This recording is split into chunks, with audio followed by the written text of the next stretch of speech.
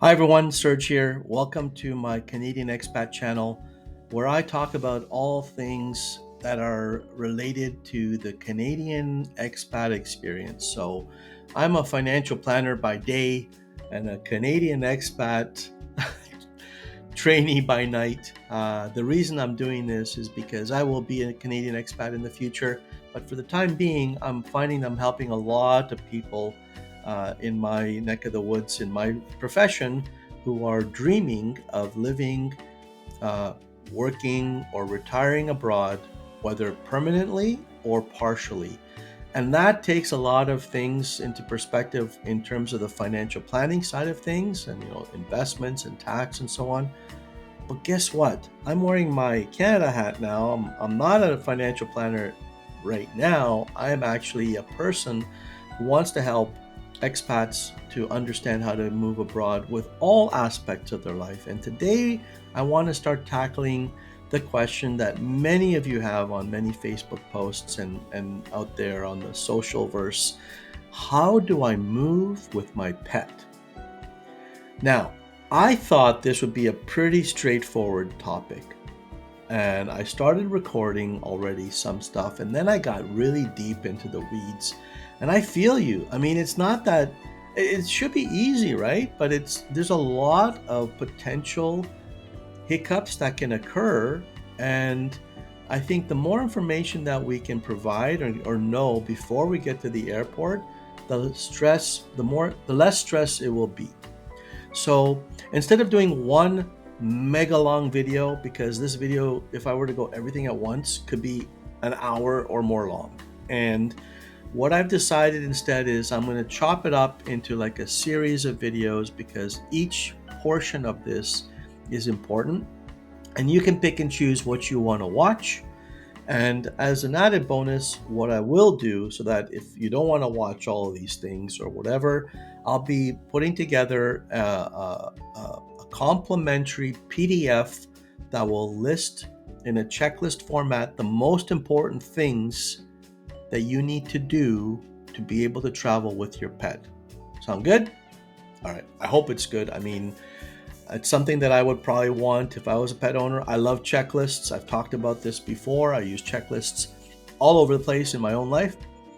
So I think I know how to do checklists. I'll try to do a very good one for you. And let's get going on the first topic uh, in this series. Let's go. Okay, I'm already on this page. I want to talk about one of the topics I want to talk and bring to light for you, which you may or may not be aware of. Not vaccinations, not size of pets, not permits. We're going to get to that. But here's something really interesting that I discovered when I was reviewing and researching the Air Canada website. And I promise I will also redo the same research for Air Transat and other major airlines. But we're starting with Air Canada as the main flyer in Canada, I guess. I don't know who's bigger, but Air Canada comes to mind when we're thinking of traveling. And here's what I want to talk about. Let me find the thing that I was like really, uh, you know, uh, um, a light bulb popped up over my head because I hadn't even thought about it. In Toronto, in the summer, we always hear about pet owners leaving some pets in cars when it's really hot, and some passerby comes and breaks the window, or the police, or something like that, to keep the pet from dying of dehydration. Well, if you're putting your pet on an airplane and they're not by your feet because they're not small enough, you may have to put them in the cargo. And did you know that Air Canada has specific restrictions for summer and winter temperatures?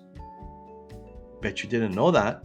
If you did, put it in the comment below because I never heard about that, and I know a lot of people hadn't even asked that question.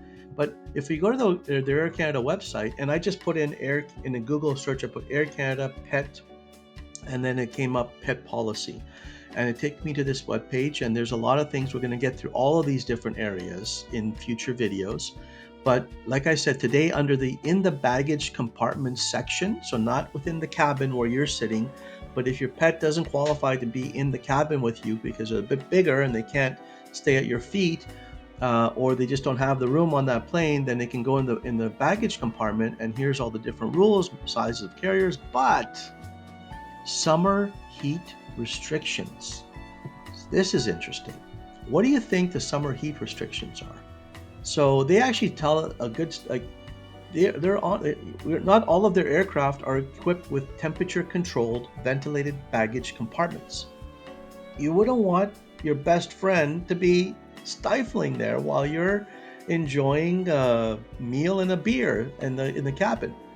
And it says here it may not always be possible to accommodate your pet when summer temperatures exceed 29.5 degrees. Now, first thing that I'm thinking of, what summer is not exceeding those temperatures lately? So, um, this is something requires some good pre-planning, or if we can even plan the weather. I mean, my wife and I are thinking of doing something in a couple of weeks. We're looking at the weather, and of course, we don't know what's going to happen in a couple of weeks. But this is important information to know. It says here that during these periods of high heat, we recommend that you travel early in the morning, so get a morning flight, or late in the evening when temperatures are lower, and whenever possible, that you choose a direct or non-stop flight to limit the time your pet will be spending in the baggage compartment. They do say that they offer priority handling upon the departure, and where the pets will stay with the airside personnel to be loaded last onto the plane, and they'll be offloaded first upon arrival. Pets are not permitted to travel in the baggage compartment between the following dates and for these destinations. So I've already checked. Spain and other countries in Europe are not on this list. I mean, Greece is here because I guess it's getting pretty hot in Greece. We got India, Israel. Oh, Italy is here. But I don't see Spain. Spain is not here, and that's the reason I say that is a lot of people are talking about Spain. I also don't see Portugal. So, but they do have a list of countries, and of course, they may always update it. So always check on their website for the most updated information. But you can see here that, for example, Aruba, there's always a restriction. Bahamas between May and October, Belize all year. What's Italy? Let's go back down to Italy and take a look. Italy is from July the 1st to August 31st. Not a good time to try to travel with your pet with Air Canada if you're going to Italy. They will not let you on from what I read here. There's a restriction.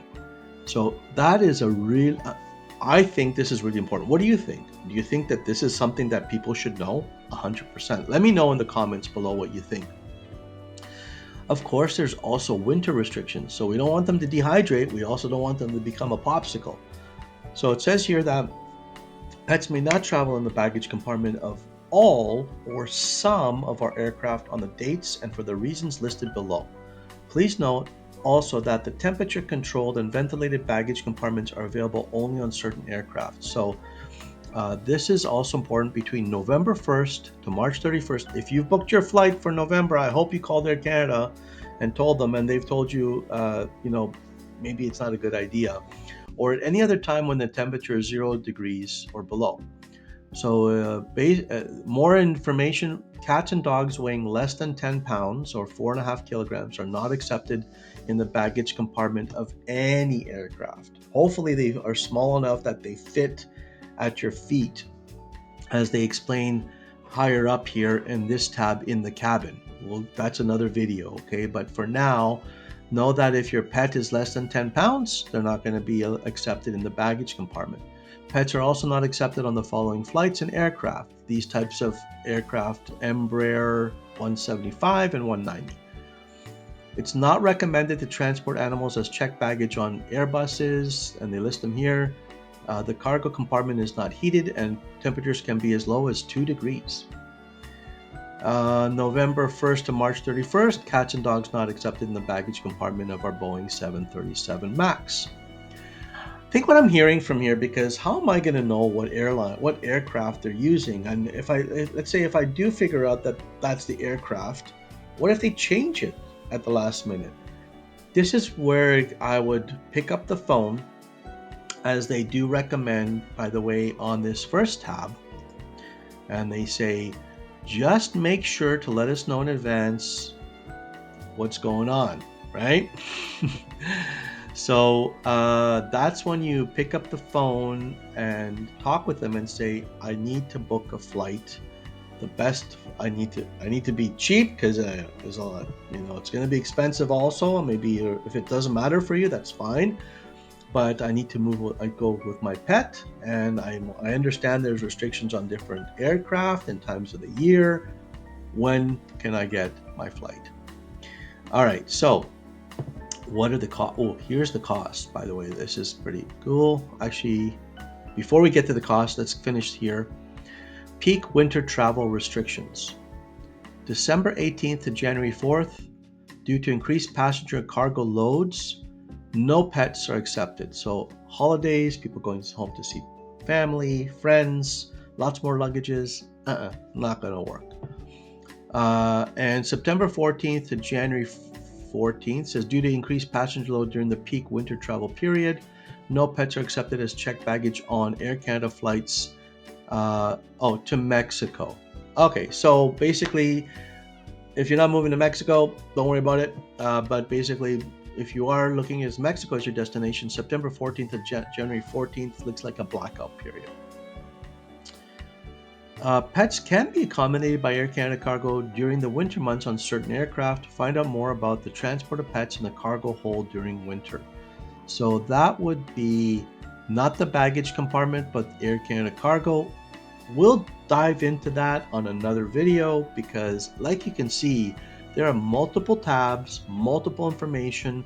Don't worry, I gotcha. If you're going to be looking to leave soon, I'm sorry, I'm not going to get these all out in time for you before that. You'll have to do your own research.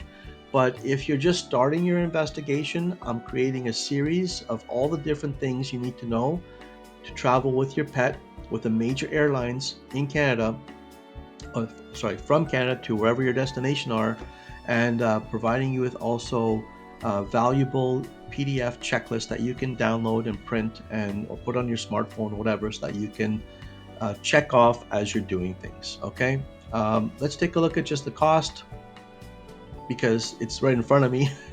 That has nothing to do with the temperature, but the cost for the baggage compartment is $270 internationally, and $105 within Canada and the US.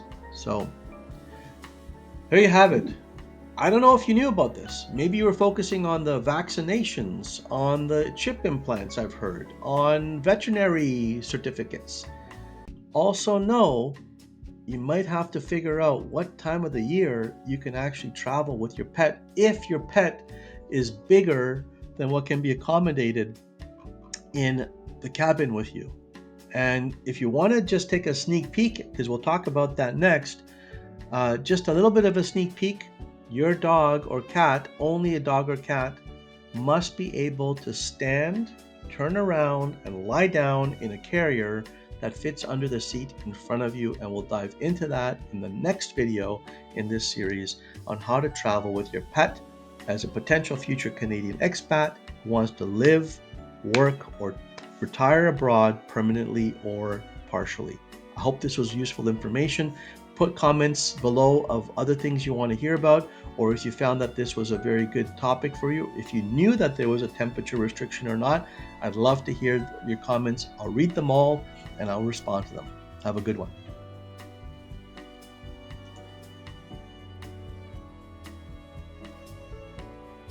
Disclaimer. The information provided in this video is for general informational purposes only and does not constitute legal or veterinary advice.